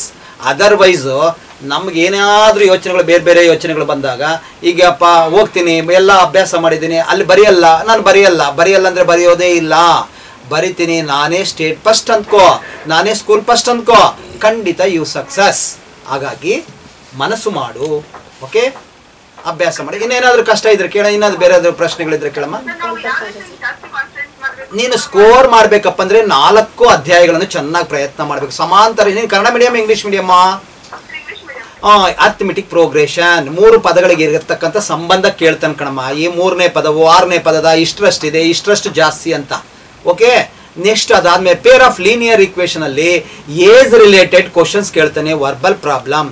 Next quadratic equation ಅಲ್ಲಿ ಈ ದೋಣಿಯ ವೇಗ, ಈ ವೇಗ ಎಷ್ಟು, ಮತ್ತೆ ಎಷ್ಟು ಡಿಸ್ಟೆನ್ಸ್ ಟ್ರಾವೆಲ್ ಮಾಡಬೇಕಾದ್ರೆ, ಮತ್ತೆ ಪುಸ್ತಕಗಳ ಪರ್ಚೇಸ್ ಮಾಡ್ತಕ್ಕಂಥದ್ದು, ನೋಡಮ್ಮ ಅದಾಯಿತು. ನೆಕ್ಸ್ಟ್ ಆದಮೇಲೆ ಟ್ರಿಗ್ನಾಮಿಟ್ರಿ, ಹೈಟ್ ಆ್ಯಂಡ್ ಡಿಸ್ಟೆನ್ಸ್. ಮೊನ್ನೆ ತಾನೇ ಕೇಳಿದಿರ್ತಾನೆ, 5 ಮಾರ್ಕ್ಸ್ ಕೇಳಿದ್ರು ನೋಡಿ. ಹೈಟ್ ಆ್ಯಂಡ್ ಡಿಸ್ಟೆನ್ಸ್ ಆ ಒಂದು ಅಧ್ಯಾಯವನ್ನು ನೀನು ಅಭ್ಯಾಸ ಮಾಡಬೇಕು. ಆ ದೃಷ್ಟಿಯಿಂದ 4 ಪಾಠಗಳನ್ನು ಚೆನ್ನಾಗಿ ಓದ್ಕೊಂಡ್ರೆ ಎಷ್ಟು ಸ್ಕೋರ್ ಮಾಡ್ತೀಯಾ? ಒಂದು arithmetic progression, pair of linear equation in 2 variables, quadratic equation, trigonometry ಸತತ ಪ್ರಯತ್ನ ಮಾಡಿದ್ರೆ ಹೆಚ್ಚು ಅಂಕ ಗಳಿಸಿರೋಲ್ಲಿ 2 ಮಾತಿಲ್ಲ. ಇವನ್ನ ಸ್ವಲ್ಪ ಜಾಸ್ತಿ ಮಾಡಿ. ಯಾವುದಮ್ಮ? ಟ್ರಯಾಂಗಲ್ಸ್ ನಲ್ಲಿ ನೋಡಮ್ಮ 2 ಥಿಯರಮ್ಗಳು ನಿನಗೆ ಬರ್ತವೆ. ಥೇಲ್ಸ್ ಥಿಯರಮ್ ಬರುತ್ತೆ, ಎ ಕ್ರೈಟೀರಿಯಾ, ಥೇಲ್ಸ್ ಥಿಯರಮ್ಮು. ಆ ಥೇಲ್ಸ್ ಥಿಯರಮ್ನಲ್ಲಿ ನೀನು ಥೇಲ್ಸ್ ಥಿಯರಮ್ ತುಂಬ ಸುಲಭವಾಗಿ ಮಾಡ್ಬೋದು. 4 ಮಾರ್ಕ್ಸ್ ಕೇಳ್ತಾನೆ. ಕೋನ ನಿರ್ಧಾರಕ ಎ ಕ್ರೈಟೀರಿಯಾ. ಅದ್ರ ಜೊತೆಗೆ ಥೇಲ್ಸ್ ಥಿಯರಮ್ ಮೇಲೆ ಸಿಂಪಲ್ ಆಗಿರ್ತಕ್ಕಂಥ ಲೆಕ್ಕವನ್ನು ಫುಲ್ಲು ಫುಲ್ಲು ಅಂತ ಬರುತ್ತಲ್ಲ ಥೇಲ್ಸ್ ಥಿಯರಮಲ್ಲೇ, ಅವುಗಳನ್ನು ಅಷ್ಟು ನೋಡಿಕೊಂಡ್ರೆ ನೀನು ಟ್ರಯಾಂಗಲ್ಸ್ನಲ್ಲಿ ನಿನಗೆ 8 ಮಾರ್ಕ್ಸ್ ಬರ್ತಕ್ಕಮ್ಮ. ಅದೊಂದು ಚಾಪ್ಟ್ರು 8 ಮಾರ್ಕ್ಸ್ ಬರ್ತಕ್ಕಂಥದ್ದು. ಹಾಗಾಗಿ 4 ಮಾರ್ಕ್ಸ್ಗೆ 2 ಥಿಯರಮ್ ಓದ್ಕೊಂಡ್ರೆ ನೀನು ಥಿಯರಮ್ಮು ಬರಿಬೋದು. ಒಂದು ಥಿಯರಮ್ ಕೇಳ್ತಾನೆ. ಹೆಸರು, ಶಾಲೆ ಹೆಸರು ಹೇಳಿ. ನಮ್ದು ಅಂಚಿಹಳ್ಳಿ ಶಾಲೆ ಅಂತ, ತಾಲೂಕು. ಯಾವ ವಿಷಯದ ಕುರಿತು ಕೇಳಬೇಕು ನಿಮ್ಮ ಇಂಗ್ಲಿಷ್? ನಿಮ್ಮ ಹೆಸರೇನಪ್ಪ? ದೀಕ್ಷಾ ಅಂತ. ಹೇಳಪ್ಪ ದೀಕ್ಷಾ. ಮ್ಯಾಮ್ ಅದು ಎಕ್ಸ್ಟ್ರಾ ಇತ್ತು, ಯಾವ ಪಾಠದಿಂದ ಕೊಡ್ತಾರೆ ಕನ್ಫರ್ಮ್ ಆಗಿ 6th chapter the Discovery chapter ಇಂದ ಕನ್ಫರ್ಮ್ ಆಗಿ ಬರುತ್ತೆ. ಇನ್ನ ಮಿಕ್ಕಿದ್ದನ್ನ ಹೀಗೆ ಅಂತ ಹೇಳಲಿಕ್ಕೆ ಆಗೋದಿಲ್ಲ. ಒಂದು ಪೋಮ್ ಇಂದ ಕನ್ಫರ್ಮ್ ಆಗಿ ಬರುತ್ತೆ. ಪೋಯಮ್ ಯಾವ್ದು ಅಂತ ಹೇಳಕ್ಕಾಗಲ್ವಾ? ಪೋಮ್ ಅಲ್ಲಿ ಲೈಕ್ ಪ್ರಿಪರೇಟರಿ ಮಾಡೆಲ್ ಪೇಪರ್ಸ್ ಅನ್ನ ನೋಡಿದ್ರೆ after outer space tomorrow morning 8th poem, 6th, 4th ballet of the tempest, 4th poem the song of India. ಆ 3 ಪೋಮ್ ಅನ್ನ ನೀವು ನೋಡ್ಕೋಬೇಕು. ಪ್ರಿಫರೆನ್ಸ್ ಆಗಿ ನೋಡೋದಾದ್ರೆ 8th, 6th, 4th ಹೀಗೆ ನೀವು ಓದ್ಕೊಳ್ಳಿ. 3ರಲ್ಲಿ ಒಂದು ಗ್ಯಾರಂಟಿ ಬರುತ್ತೆ. ಪ್ರಿಫರೆನ್ಸ್ ಆಗಿ 8th and next 6th and next 4th ಆ ಥರ. ಅದನ್ನ ಬಿಟ್ರೆ first chapter and 3rd and 5th chapter ಇದು ಪ್ರೋಸ್ ಇಂದ ಬರ್ತಕ್ಕಂಥ ಎಕ್ಸ್ಟ್ರಾಕ್ಟ್ಸ್ ಅಮ್ಮ. ಇಷ್ಟು ಓದ್ಕೊಂಡ್ರೆ ಖಂಡಿತ 4 ಎಕ್ಸ್ಟ್ರಾಕ್ಟ್ಸು 12 ಮಾರ್ಕ್ಸಿಗೆ ಬರುತ್ತೆ. ಆಮ ಹೇಳಮ್ಮ, ಮ್ಯಾಥ್ಸ್ ಅಲ್ಲಿ ಏನು? ತ್ರಿಭುಜಗಳಲ್ಲಿ ಪ್ರಮೇಯ, ಕೋನ ಮತ್ತೆ ತೇಲ್ಸ್ ಪ್ರಮೇಯ 2 ಕೊಡ್ತಾರ ಅಥವಾ 4 ಕೊಡ್ತಾರ? ಇಲ್ಲಮ್ಮ, 2 ಕೊಡ್ತಾರೆ. ನೀನು 2 ನೋಡ್ಕೊಂಡ್ರೆ 1 ಕೇಳ್ತಾರೆ. 4 ಮಾರ್ಕ್ಸ್ ಕೇಳ್ಬೋದು, ಇಲ್ಲ 5 ಮಾರ್ಕ್ಸ್ ಕೇಳ್ಬೋದು. ಅದ್ರ ಜೊತೆಗೆ ತೇಲ್ಸ್ ಪ್ರಮೇಯದ ಮೇಲೆ ಲೆಕ್ಕಗಳಿರ್ತವೆ. 2 ಪ್ರಮೇಯಗಳು ನೋಡ್ಕೊಂಡ್ರೆ ಸಾಕು. Okay, next any doubt? Science ಅಲ್ಲಿ ಹೇಳಪ್ಪ, ಸೈನ್ಸ್ ಅಲ್ಲಿ ಏನು ಡೌಟ್ ಇದೆ? ಸರ್ ಮಾಡೆಲ್ ಪೇಪರ್ ಬಿಟ್ಟಿದ್ದೀರಲ್ಲ 4, ಹೌದು, ಅದ್ರಲ್ಲೇ ರಿಪೀಟ್ ಆಗುತ್ತಾ ಕ್ವಶನ್ಸ್?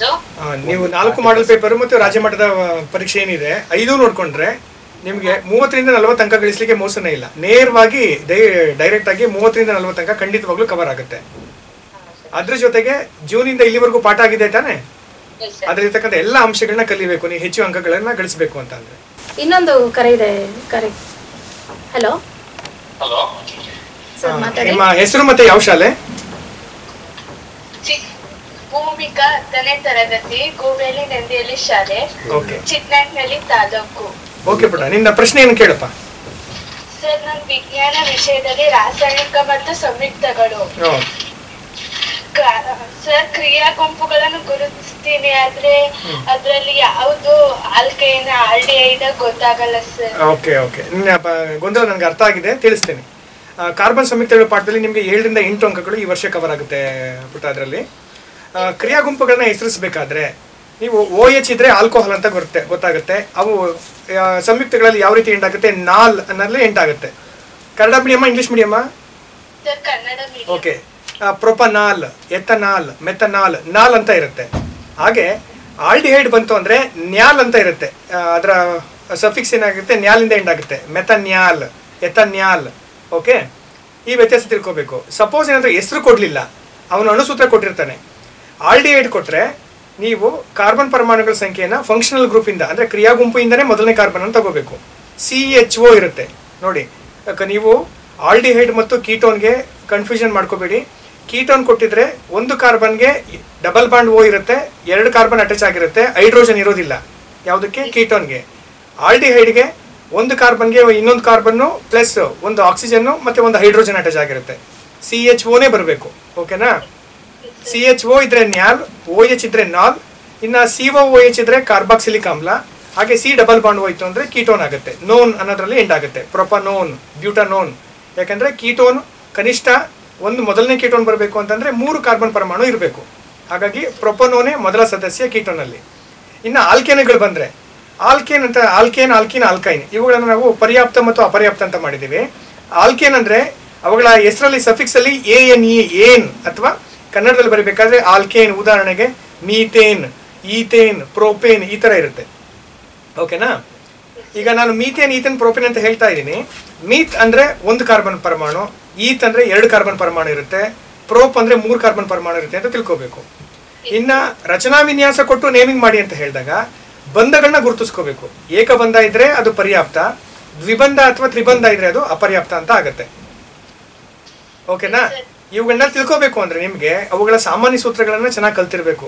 ಆಲ್ಕೆನ್ಗಳಿಗೆ CN2N+2 ಬರುತ್ತೆ, ಆಲ್ಕಿನ್ಗೆ CN2N ಬರುತ್ತೆ, ಆಲ್ಕೈನ್ಗೆ CN2N-2 ಬರುತ್ತೆ. ಇದು ಗೊತ್ತಿರಬೇಕು. ಕಾರ್ಬನ್ ಅಧ್ಯಾಯದಲ್ಲಿ ಕನಿಷ್ಠವಾಗಿ 7ರಿಂದ 8 ಅಂಕ ಕೊಡ್ತೀವಿ ಅಂತಂದರೆ 6ರಿಂದ 7 ಅಂಕ ಗಳಿಸೋದಕ್ಕೆ ಮೋಸನೇ ಇಲ್ಲ. ಯಾಕಪ್ಪ ಅಂತಂದರೆ ನಾವು ಪಾರ್ಟ್ ಬೈ ಪಾರ್ಟ್ ಒಂದೇ ಏರಿಯಾದಲ್ಲಿ ಪ್ರಶ್ನೆಗಳು ಕೇಳೋದಿಲ್ಲ. ಒಂದು ಕಡೆ ಕಾರ್ಬನ್ ಅನನ್ಯ ಗುಣ, ಇನ್ನೊಂದು ಕಡೆಗೆ ರಚನಾ ವಿನ್ಯಾಸ ಮತ್ತು ಅನುರೂಪ ಶ್ರೇಣಿಗಳು, ಇನ್ನೊಂದು ಕಡೆಗೆ ಸಾಬೂನು ಮತ್ತು ಅದರ ಸ್ವಚ್ಛಗೊಳಿಸುವಂಥ ಪ್ರಕ್ರಿಯೆ. ಈ ಥರ ಅಂಕಗಳು ಡಿವೈಡ್ ಆಗುತ್ತೆ. ಹಾಗಾಗಿ ಹೆಚ್ಚು ಸುಲಭವಾಗಿ ಅಂಕ ಗಳಿಸಬೇಕು ಅಂದರೆ ಅಣುಸೂತ್ರ ಮತ್ತು ರಚನಾ ವಿನ್ಯಾಸ, ಕಾರ್ಬನ್ ಸಂಯುಕ್ತಗಳನ್ನು ಕ್ರಿಯಾ ಗುಂಪುಗಳ ಜೊತೆಯಲ್ಲಿ ಹೆಸರಿಸುವ ಪದ್ಧತಿಯನ್ನು ತಿಳ್ಕೋಬೇಕಾಗುತ್ತೆ. ಮತ್ತೆ ಬೇರೆ ಏನಾದರೂ ಗೊಂದಲ ಇದ್ರೆ ಅಷ್ಟೇನಾ? Okay, thank you. ನಾವು ಈಗಾಗಲೇ ಮಾತಾಡ್ತಾ ಇದ್ವಿ, ಇನ್ನು ಒಂದು 12-13 ದಿನ ಸಮಯ ಸಿಗ್ಬೋದು. ಇರುವಂತಹ ಈ ಕನಿಷ್ಠ ಸಮಯದಲ್ಲಿ ತಯಾರಿ ಮಾಡ್ಕೊಳ್ಬೇಕು ಅಂತಂದ್ರೆ ಇರುವಂತಹ ಅಷ್ಟು ಸಿಲೆಬಸ್ನ ಓದ್ಕೊಂಡು ಕೂತ್ಕೊಳ್ಳೋದಕ್ಕಂತೂ ಆಗಲ್ಲ. ಸರಳವಾಗಿ ಏನು ಮಾಡಬಹುದು ಅಂತ ಹೇಳ್ತೀರಾ? ಹಾಂ ಮೇಡಮ್, ಇವಾಗ ಇದು ಹೆಂಗೆ ಅಂತಂದರೆ ಎಲ್ಲ ಓದಿದೆ ಆಗಿದೆ, ಓನ್ಲಿ ಥಿಂಗ್ ಇಸ್ ರಿವಿಷನ್ ನಾವು ಮಾಡ್ಕೋಬೇಕಾಗತ್ತೆ. ಒಂದು ಕರೆ ಇದೆ, ಕರೆಯ ನಂತರ ನಾವು ಮುಂದುವರಿಸೋಣ. ಕರೆ ಸ್ವೀಕರಿಸೋಣ. ಹಲೋ, ನಮಸ್ತೆ. ಹೆಸರು, ಶಾಲೆ ಹೆಸರು ಹೇಳಿ. ಯಾವ ವಿಷಯದ ಕುರಿತು? ಹೆಸರು ಹೇಳ್ಬಿಟ್ಟು ಪ್ರಶ್ನೆ ಕೇಳಿ.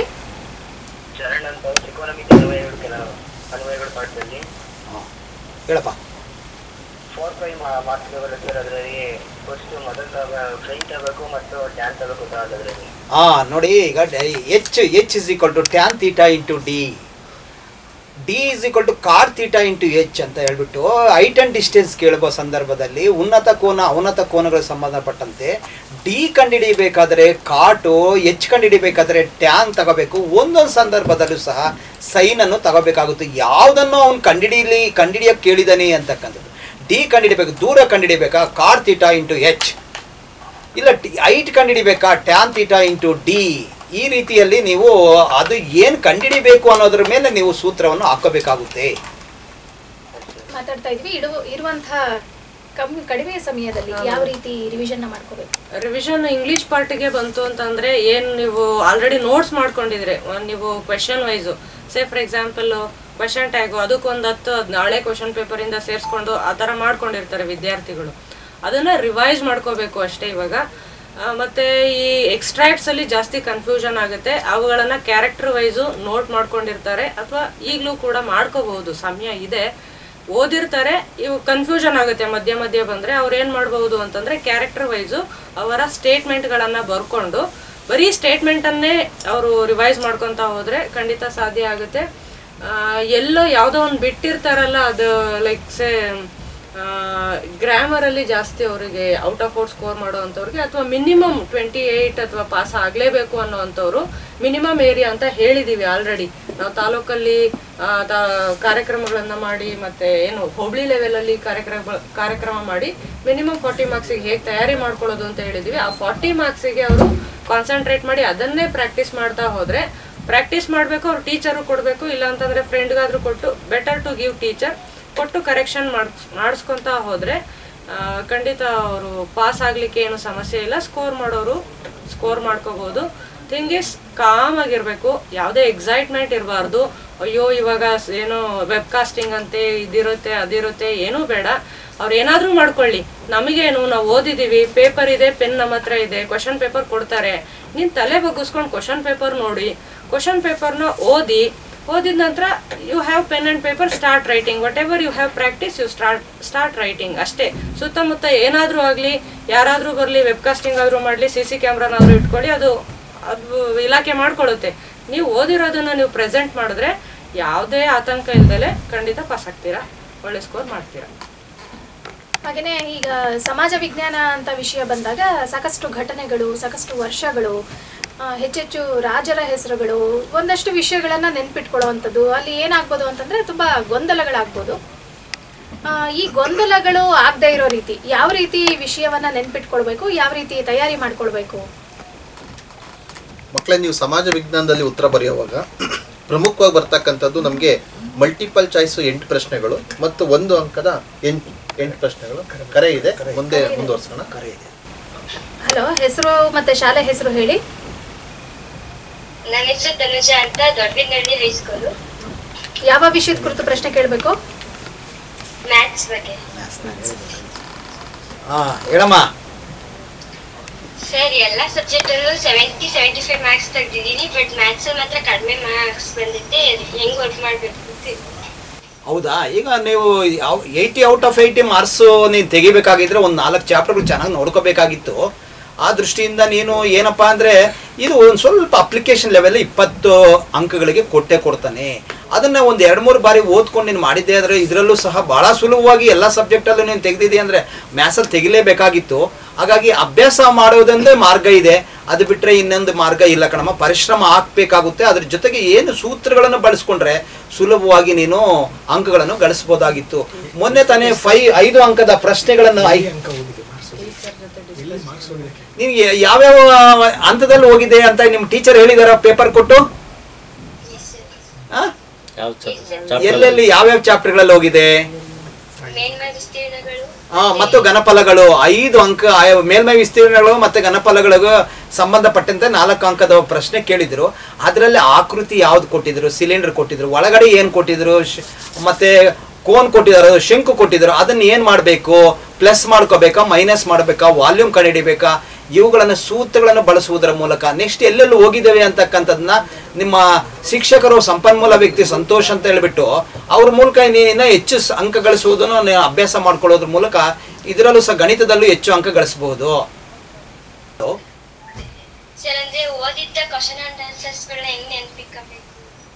ಅದು ಅಭ್ಯಾಸ, ನಮ್ಮ ಸತತ ಅಭ್ಯಾಸ ಮತ್ತು ಕಾನ್ಫಿಡೆನ್ಸ್ ಲೆವೆಲ್ ಎವ್ರಿ ಡೇ ನೀವು ಪ್ರಾಕ್ಟೀಸ್ ಮಾಡ್ತಾ ನಿನಗೇನಾಗುತ್ತಪ್ಪ ಅಂದರೆ, ನಾನು ಕೊಟ್ಟರೆ ಸಾಕು ಬರಿತೀನಿ, ಈ ಪ್ರಶ್ನೆ ಬರುತ್ತೆ ಅಂತಕ್ಕಂಥದ್ದು. ಆ ದೃಷ್ಟಿಯಿಂದ ಸತತ ಪ್ರಯತ್ನ ಬಿಟ್ಟರೆ ಮತ್ತೊಂದು ಮಾರ್ಗ ಇಲ್ಲ. ಯಾಕಪ್ಪ ಅಂದರೆ ನೋಡಿ ಈಗ ಬಸ್ ಸ್ಟ್ಯಾಂಡಲ್ಲಿ ಯಾರೋ ಒಬ್ಬ ವ್ಯಕ್ತಿಯನ್ನು ನೋಡಿರ್ತೀವಿ, ಆಮೇಲೆ ಹೋದಾಗ ಎಲ್ಲೋ ನೋಡ್ದಂಗೆ ಇದೆಯಲ್ಲ ಅಂತ. ಆದರೆ ಅಪ್ಪ ಅಮ್ಮನ ನಾವು ನೋಡಿರ್ತೀವಿ, ನಮ್ಮ ಅಪ್ಪ ನಮ್ಮ ಅಮ್ಮ ಯಾವಾಗಾದರೂ ಕೇಳಿ. ಯಾಕಂದರೆ ಅಭ್ಯಾಸ, ಸತತ ಪ್ರಯತ್ನ, ಪರಿಶ್ರಮ ಹಾಕೋದ್ರ ಮೂಲಕ ಅದು ನಿನಗೆ ಕಾನ್ಫಿಡೆನ್ಸ್ ಬಿಲ್ಡಪ್ ಆಗುತ್ತೆ. ಆ ದೃಷ್ಟಿಯಿಂದ ಹೆಚ್ಚು ಅಂಕವನ್ನು ನೀವು ಗಳಿಸಲಿಕ್ಕೆ ಸಾಧ್ಯ ಇದೆ. ಇಲ್ಲಿಯವರೆಗೆ ಜಿಲ್ಲಾಡಳಿತ ಹಾಗೂ ಜಿಲ್ಲಾ ಪಂಚಾಯತ್, ಮಹಿಳಾ ಮತ್ತು ಮಕ್ಕಳ ಅಭಿವೃದ್ಧಿ ಇಲಾಖೆ, ಜಿಲ್ಲಾ ಬಾಲಭವನ ಹಾಗೂ ಶಾಲಾ ಶಿಕ್ಷಣ ಇಲಾಖೆ, ಶ್ರೀ ಸಿದ್ಧಾರ್ಥ ಮಾಧ್ಯಮ ಅಧ್ಯಯನ ಕೇಂದ್ರ ಮತ್ತು ರೇಡಿಯೋ ಸಿದ್ಧಾರ್ಥ 90.8 FM ಆಯೋಜನೆಗೊಂಡಿದ್ದಂತಹ SSLC ಮಕ್ಕಳೇ ಪರೀಕ್ಷೆಗೆ ಸಿದ್ಧರಾಗಿ ಅನ್ನೋ ಫೋನಿನ್ ಕಾರ್ಯಾಗಾರ ಇಲ್ಲಿವರೆಗೆ ನಡೆದಿದೆ. ಹಾಗೆಯೇ ವಿಷಯ ಶಿಕ್ಷಕರು ಸಾಕಷ್ಟು ಕರೆಗಳನ್ನು ಸ್ವೀಕರಿಸಿ SSLC ವಿದ್ಯಾರ್ಥಿಗಳ ಸಂದೇಹಗಳನ್ನು, ಸಂಶಯಗಳನ್ನು ಬಗೆಹರಿಸಿದ್ದಾರೆ. ಈ ಒಂದು ಕಾರ್ಯಕ್ರಮದಲ್ಲಿ Manjunath Achar, maths subject inspector ಅವರು ಇದ್ದಾರೆ. ಅವರಿಗೆ ನಾನು ರೇಡಿಯೋ ಸಿದ್ಧಾರ್ಥ ಹಾಗೂ ಶ್ರೀ ಸಿದ್ಧಾರ್ಥ ಮಾಧ್ಯಮ ಅಧ್ಯಯನ ಕೇಂದ್ರದ ಪರವಾಗಿ ಧನ್ಯವಾದಗಳನ್ನು ಅರ್ಪಿಸ್ತೀನಿ. ಜೊತೆಗೆ Sunil Kumar, subject inspector social science ವಿಷಯ ಕುರಿತು ಇದ್ದಂತಹ ಸುನೀಲ್ ಕುಮಾರ್ ಸರ್ ಅವ್ರಿಗೂ ಕೂಡ ನಾನು ಈ ಸಂದರ್ಭದಲ್ಲಿ ಧನ್ಯವಾದಗಳನ್ನು ಅರ್ಪಿಸಲಿಕ್ಕೆ ಇಷ್ಟಪಡ್ತೀನಿ. ಧನ್ಯವಾದಗಳು ಸರ್. ಹಾಗೆಯೇ ಸರ್ಕಾರಿ ಪ್ರೌಢಶಾಲೆ ತೊಂಡಗೆರೆಯಿಂದ ಶ್ರೀ ಲೋಕೇಶ್ ಅವರು ಮ್ಯಾಥ್ಸ್ ಸಬ್ಜೆಕ್ಟ್ ವಿಷಯದ ಕುರಿತಾಗಿ ಸಾಕಷ್ಟು ಸಂದೇಹಗಳನ್ನು ಬಗೆಹರಿಸಿದ್ದಾರೆ. ಅವ್ರಿಗೂ ಕೂಡ ಕಾರ್ಯಕ್ರಮದ ಪರವಾಗಿ ಧನ್ಯವಾದಗಳು. ಮಸ್ಕಲ್ನ ಸರ್ಕಾರಿ ಪ್ರೌಢಶಾಲೆಯ ಸೈನ್ಸ್ ಶಿಕ್ಷಕರಾದ ಶ್ರೀ ಶಶಿಕುಮಾರ್ ಅವರು ಕೂಡ ಈ ಸಂದರ್ಭದಲ್ಲಿ ಹಾಜರಿದ್ದು SSLC ವಿದ್ಯಾರ್ಥಿಗಳ ಸಾಕಷ್ಟು ಸಂದೇಹಗಳನ್ನು ಬಗೆಹರಿಸಿದ್ದಾರೆ. ಅವ್ರಿಗೂ ಕೂಡ ಧನ್ಯವಾದಗಳು.